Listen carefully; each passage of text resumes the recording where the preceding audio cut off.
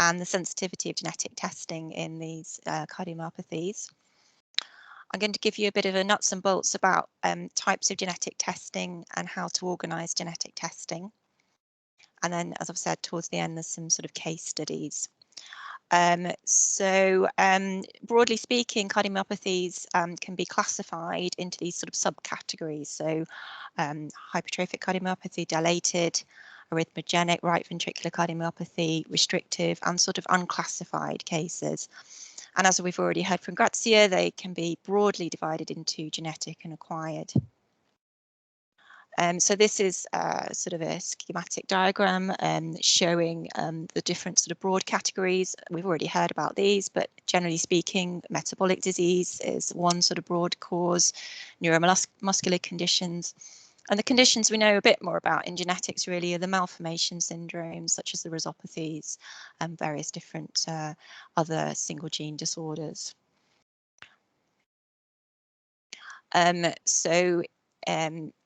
Gabrielle Nourish in Juan Kasky's group, Great Ormond Street, have looked into the etiology of paediatric hypertrophic cardiomyopathy in a study. And it's been shown in about, I think, 700 cases they looked at, about 2/3 were thought to be idiopathic. Around 20% were found to have rhizopathy. The remaining sort of 9% were found to have Friedreich's ataxia, and a similar amount had inborn errors of metabolism. And again, this is a similar side to Grazia, but if you look at the different causes with age, in infants it tends to be more rhizopathy and inborn errors. And as you get into the older categories, the condition Friedreich's ataxia becomes more prevalent. So we've heard about this term rhizopathy, and I know most of you know what that means, but I'll just run through it. So rhizopathies are usually autosomal dominant conditions that are caused by genetic changes in genes within this pathway that you can see here.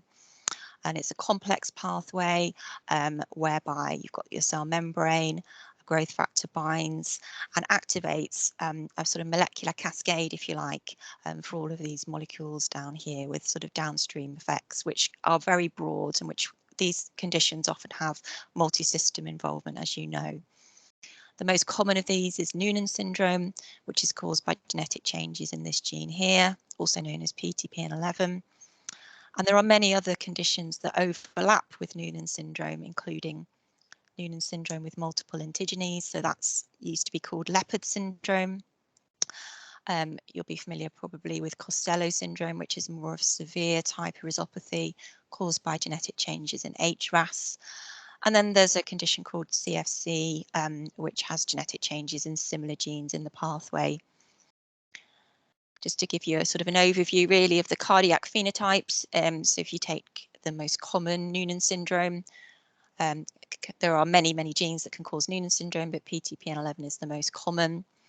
Around a third will have hypertrophic cardiomyopathy, but again, there's a phenotype, genotype, different genes have different prevalences of the different conditions. And as we've already heard, many patients with Noonan can develop pulmonary stenosis, very common, about 30 to 50%, and congenital heart disease as well. And these patients usually have a normal intelligence. So we've talked about this condition, Noonan with multiple antigenies. There's a picture of a patient's arm showing those. You may remember that the acronym LEOPARD gives you an aide-memoire to the different aspects of the syndrome. But these patients can also get hypertrophic cardiomyopathy, pulmonary stenosis, and aortic stenosis. But in addition, the E stands for ECG abnormalities. They can get complete heart block and bundle branch block as well. And they're more likely to have deafness than Noonan syndrome. We've talked about CFC, which is a more significant condition in terms of the learning difficulties. These patients often are characterised by having very sparse hair, often absent eyebrows, and they can get an ichthyosis. And the sickest of the rhizopathies tend to be the Costello patients due to HRAS mutations. They can get similar cardiac phenotype to Noonan syndrome, But in addition, they can get mitral valve prolapse, and they're particularly prone to severe arrhythmias, SVTs, and atrial tachycardias. And survival for Costello is much lower than the survival, say, for other resolopathies. They often have can often have significant learning difficulties, and they have a characteristic sort of coarseness about them. Often have characteristic sort of wrinkleness to their palms and their feet. So it's worth in looking at their soles of their feet to look for that. So the interesting thing and exciting thing, I suppose, about the resolopathies is that because there's a pathway there, there's lots of research going into potential pharmacotherapeutic agents to mitigate against this pathway. There have been a few sort of single case studies, not in this country as far as I'm aware, but this is a Canadian group, who've used MEK2 inhibitors to treat Noonan syndrome, where this cardiomyopathy has been very severe, with a good outcomes, just sort of early stages really for the precision medicine treatment. Moving on to DCM, so again, there's probably more cases of non-genetic causes for DCM than there are for HCM. We've heard about these from Grazia, I won't go over them again, and some of the syndromic causes are detailed here. And if you sort of split them up into the inheritance pattern, if you take all of the genetic forms of DCM, around 70% are dominant, around 25% are recessive, and about 8% are X-linked, and that's including the left ventricular non-compaction patients as well. So if you look at the yield, there's been lots of studies on the yields of genetic testing for dilated cardiomyopathy. It's around sort of 30 to 50%, depending on which study you look at. And these are some of the more common genes that are found to cause dilated cardiomyopathy in children. And if you look at the split between pickup for the different age groups, this is one Caskey's study looking at the yield. So HCM, you can see the yield is around sort of 60% in under 10s. For DCM, it's less in the under 10s than it is in the 10 to 18-year-old age group. And the restrictives is a much higher pickup in the older age group, and ARVC is sort of similar pickup really. So I'm now going to move on to genetic testing, just a few basics really, and how to request a test. I know you don't need this lesson, but I'll just run through it anyway. So our bodies are made up of millions of cells, and inside each cell we've got our chromosomes. They're all in pairs, and if you look at the chromosomes, they've got genes lined up along them, a bit like beads on a string. If you unravel the genetic material, you'll see it's made up of the genetic code, which forms genes that go on to form proteins. There are three major classes of inheritance: dominant inheritance, where you just require one genetic hit on a gene pair or a chromosome pair; recessive, where you require two genetic hits; and X-linked, where you have a genetic hit in the X chromosome. If we think about the types of genetic testing, so if you take your picture of a karyotype looking down the microscope, this is not done so much these days, but the testing that we used to do years ago was we're literally looking at the chromosomes and counting them and looking for extra bits or bits missing. Technology moved on, and then we could do more detailed look at the chromosomes using a molecular technique called array testing. Now use SNP arrays. And of course, we can do more molecular testing, which used to be simple sequencing, and now of course we've moved on to sort of next generation sequencing, the whole exome sequencing, looking at the genetic code really in multiple genes. Technology has really exponentially increased our accessibility to genetic testing over the last few years. So in terms of genetic testing for cardiac conditions, we can do panel testing, and that's the main part now for cardiac at the moment. And usually that's the affected individuals, so not trios, so just the singleton, the individual that's affected. But as most of you will be aware, we can do whole exome sequencing, which is looking at the child with the parents as a trio. This can be done in an ongoing pregnancy with an R21, looking around 1,000 genes that can cause abnormalities on scan. And I'm sure you are familiar with R14s, which is a technique licensed in the acutely unwell child with a likely monogenic disorder, where we can do agnostic testing as a trio to try and find the underlying cause.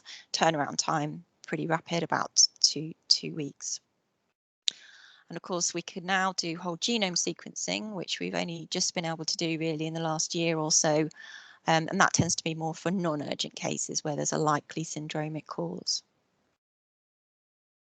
So for cardiac disease, it tends to be panel testing at the moment.